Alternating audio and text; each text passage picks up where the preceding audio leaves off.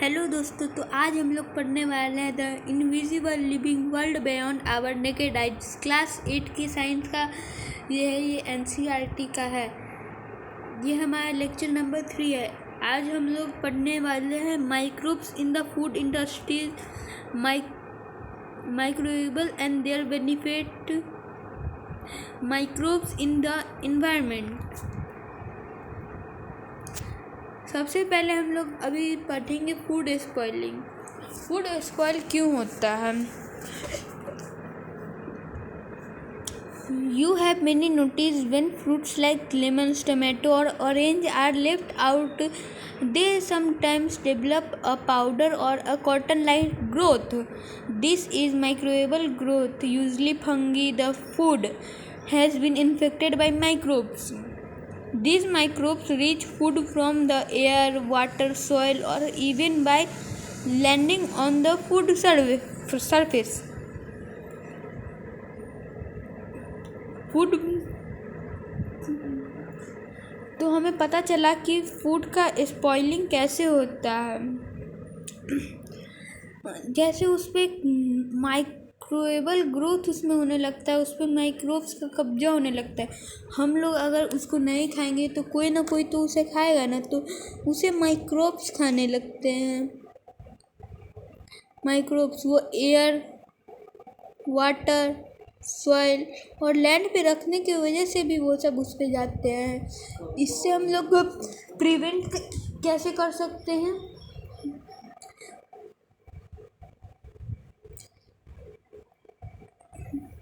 Why does microbes spoil pickles and mubles?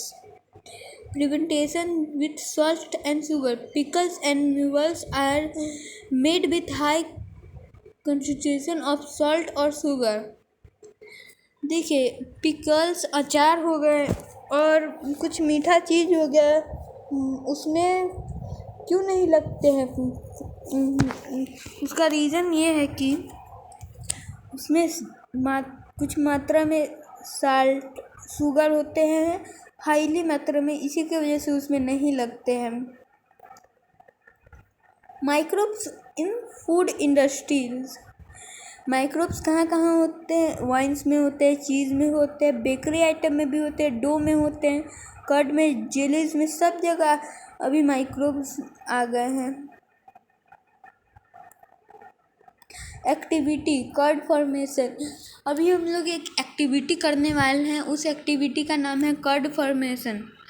सबसे पहले curd बनता कैसे है? सबसे पहले हम लोग मिल्क लेते हैं, मिल्क से कर्ड डालते हैं एक छोटा चम्मच, और मिल्क से फिर कर्ड बनता है।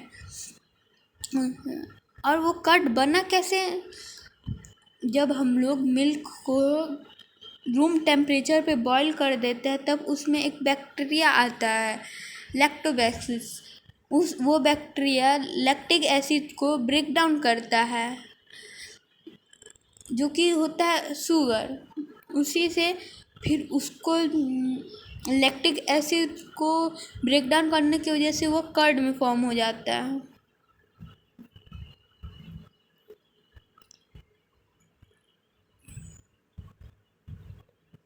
अब हम लोग देखेंगे fermentation of food.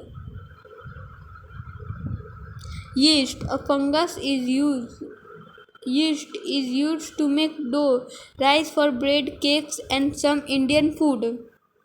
When mixed with flour and warm water, yeast ferments sugar releasing carbon dioxide, which forms bubbles, making the dough soft and fluffy, and a little alcohol, which adds to the smell. Yeast की वजह से dough बनता है। Dough bread, cakes और कुछ Indian foods में भी use होता है। उसमें क्या होता है? आटा, गर्म पानी, यीस्ट, शुगर, कार्बन डाइऑक्साइड। उसकी वजह से कार्बन डाइऑक्साइड निकलता है, तो वो थोड़ा थोड़ा एकदम अल्कोहल बनाता है।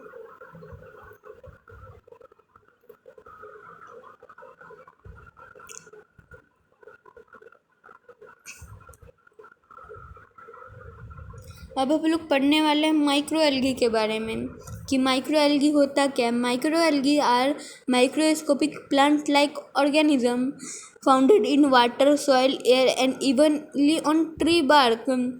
They perform photosynthesis, making fruit from sunlight, and release oxygen. More than half the Earth's oxygen comes from microwaves. They are a major food source of aquatic animals. Some like chlorella and dimethylors are used directly supplements and medicine for humans. ये micro algae होता क्या है। Micro algae बहुत छोटे छोटे चीज़ होते हैं जो पानी, हवा, धरती और इवनली वो ट्री के बार्क पे भी पाए जाते हैं। वो फोटोसिंथेसिस करते हैं जिससे वो अपना फूड बनाते हैं। उसकी वजह से ऑक्सीजन रिलीज होता है। वह इतना ऑक्सीजन रिलीज़ करते हैं कि जितना पेड़ नहीं रिलीज़ करते हैं। हमारे धरती पे आधा ऑक्सीजन माइक्रो एल्गीज की वजह से ही होता है।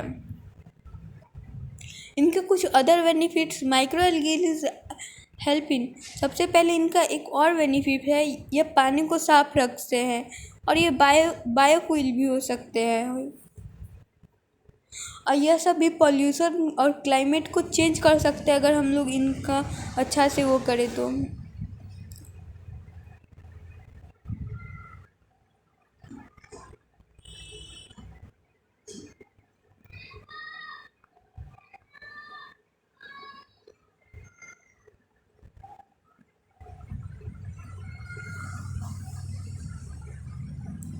Spirulina, known as a superfood because it is rich in protein over 60% and vitamin B12 while being low in fat and sugar. यह भी माइक्रो एल्गी से ही बना होता है। इसमें लगभग 60% प्रोटीन होता है, विटामिन B12 और कम फैट और शुगर होता है। हम लोग इसे आसानी से किसी भी टैंक या तालाब में पाल सकते हैं। इसके वजह से हम लोग इसको सुपर फूड भी कहा जाता है क्योंकि इसकी वजह से बहुत सारा प्रोटीन, विटामिन B12 और हाई एनर्जी मिलता है इससे। Roles of microbes in the environment. Microbes का इन्वायरमेंट में क्या रोल होता है? देखिए, माइक्रोब्स का इन्वायरमेंट में बहुत यूज़ होता है। अगर माइक्रोब नहीं रहेंगे तो नहीं होगा कुछ भी। जैसे जंगल में कुछ भी सड़ता है तो हम उसे फेंक देते हैं, वो अपने आप कैसे सड़ जाता है ऑर्गेनिक वेस्ट। वो माइक्रोब्स उसे खाते हैं, बैक्टीरिया, फंगी ये सब उसे खा लेते हैं। जैसे डेड एनिमल, प्लांट के लीव्स एक्सेट्रा ये सब वहाँ पे ऐसे ही पड़े हुए रहते हैं। बैक्टीरिया, फंगी, माइक्रोब्स उसे खा लेते हैं। उसकी वजह से वो कंपोस्ट बन जाता है जिससे सॉइल में वो मिक्स होने के बाद वो अच्छा सा प्लांट और अच्छे से ग्रोथ करते हैं। Manure formation. When organic waste like fruit and vegetable peels is left in moist soil for a few weeks, microbes decompose it, forming dark-colored, nutrient-rich manure. Manure का फॉर्मेशन कैसे होता है? जैसे ऑर्गेनिक वेस्ट को हम लोग फेंक देते हैं खुले में मॉइस्ट सॉइल के पास, जैसे फ्रूट, वेजिटेबल पील्स, इसे उसके वजह से माइक्रोब्स कुछ दिनों, कुछ हफ्तों में उस पर आके उसे खा लेते हैं, उससे मैन्योर बन जाता है। Decomposer. This process needs optimal. Decomposer एक प्रोसेस होता है जिसमें optimal temperature, moisture, nutrient, soil,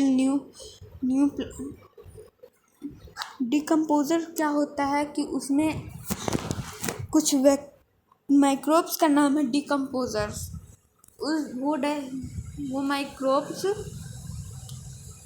वो माइक्रोब क्या करता है कि जो भी वेस्ट रहता है जंगल में उसे खा के ख़त्म कर देता है। उसकी वजह से जंगल में मैन्योर कंपोस्ट ये सब बन जाता है।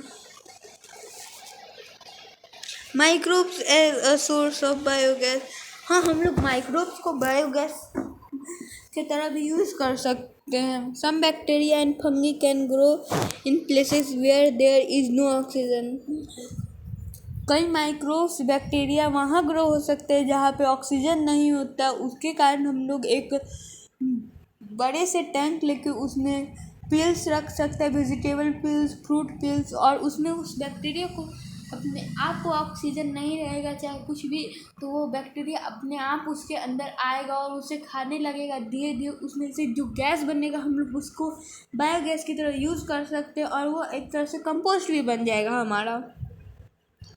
Nitrogen fixation, rhizobium bacteria lives in the root. देखिए क्या होता है कि हमारे प्लांट्स को नाइट्रोजन का ज़रूरत रहता है ग्रो करने के लिए। कभी कभी नाइट्रोजन उनको अच्छे से नहीं मिलता है, तो एक बैक्टीरिया होता है राइजोबियम बैक्टीरिया, जो उनके रूट्स में से, नूडल्स टाइप रूट्स में से उनको नाइट्रोजन देता है, ज़मीन से ऊपर ला के उन्हें नाइट्रोजन देता है। उसी की वजह से प्लांट अच्छे से ग्रो करते हैं। बायो फर्टिलाइजर्स, ये बायो फर्टिलाइजर्स क्या होते हैं कि ये ऑर्गेनिक टाइप से बनाए हुए फर्टिलाइजर्स होते हैं जो यूज़ करने में सही रहते हैं। डॉक्टर आनंद मोहन चतुर्वेदी, डॉक्टर आनंद मोहन चतुर्वेदी के ऐसे वैज्ञानिक थे जिन्होंने एक बहुत ख़ास चीज़ बनाई थी।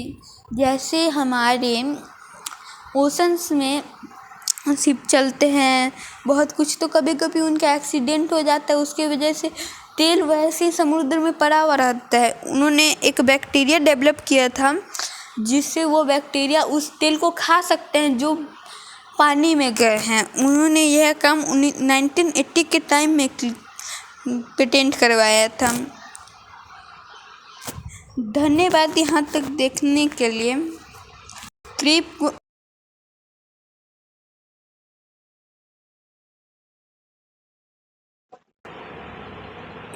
Keep growing and keep glowing.